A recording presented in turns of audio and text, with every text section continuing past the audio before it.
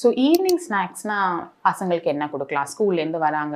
So டெஃபினட்டாக குழந்தைங்களுக்கு ஈவினிங்கில் ஒரு ஸ்நாக் ரொம்பவே முக்கியம். ஸோ நம்ம நிறைய பேர் வந்து ஸ்கூலுக்கு வந்து தான் டிஃபன் கொடுத்து விட்றாங்க. பிரேக்ஃபாஸ்ட்டே ஸ்கூலில் தான் சாப்பிடுதுங்க. அடுத்து லஞ்ச். ஸோ பிரேக்ஃபாஸ்ட்டுக்கும் லஞ்சுக்கும் இடையில 2 hours தான் மேக்ஸிமம் கேப் இருக்கு. ஸோ அப்படி இருக்கும்போது குழந்தைங்க பிரேக்ஃபாஸ்ட்டும் சரியா சாப்பிட்றது இல்லை, லஞ்சும் சரியா சாப்பிட்றது இல்லை. ஈவினிங் வரும்போது ரொம்பவே பசியா இருக்கு. ஸோ இந்த சமயத்தில் எல்லாரும் வேலைக்கு போறாங்க இல்லையா? ஸோ என்ன easy? Biscuit packet, chips packet, samosa, puff, bakery items இதெல்லாம் தான் பிள்ளைங்க வந்து நல்லா சாப்பிட்றதுங்க. திரும்ப இந்த சாப்பிட்ட பிறகு டின்னருக்கு பசி இருக்குமா? சுத்தமா இருக்காது. ஸோ இந்த மாதிரி ஜங்க் ஃபுட்ஸை வந்து நம்ம ஆரம்பத்துல இருந்தே ஸ்டாப் பண்ணணும். ரொம்ப லிமிட் பண்றது தான் ரொம்ப முக்கியம். பேபிஸ்க்கு, சில்ட்ரனுக்கு வந்து நம்ம ஆரம்பத்திலே இதெல்லாம் கொடுக்கவே மாட்டேன், உங்க ஃப்ரெண்ட்ஸ் எல்லாம் சாப்பிட்றாங்க ஆனா எனக்கு மட்டும் கிடைக்காதுன்னு இருந்தா அந்த குழந்தை கொஞ்சம் ரிபெலியஸா தான் ஆகும். ஸோ இந்த மாதிரி ஃபுட்ஸை வந்து ஸ்லோ இப்போ ஆல்ரெடி நம்ம கொடுக்குறோம்னா சடனா நம்ம எல்லாத்தையும் ஸ்டாப் பண்ண முடியாது. ஆனா ஃபேஸ் அவுட் பண்றது ரொம்பவே முக்கியம். ஸோ பேபிஸ்க்கு வந்து இந்த மாதிரி ஹெல்த்தி ஸ்நாக்ஸை வந்து அதுக்கு பதிலாக கொடுக்கலாம். ஆனால் அவங்களுக்கும் அது இன்ட்ரெஸ்டிங்காக இருக்கணும். நம்ம பண்ணி கொடுக்குற வெரைட்டிஸும்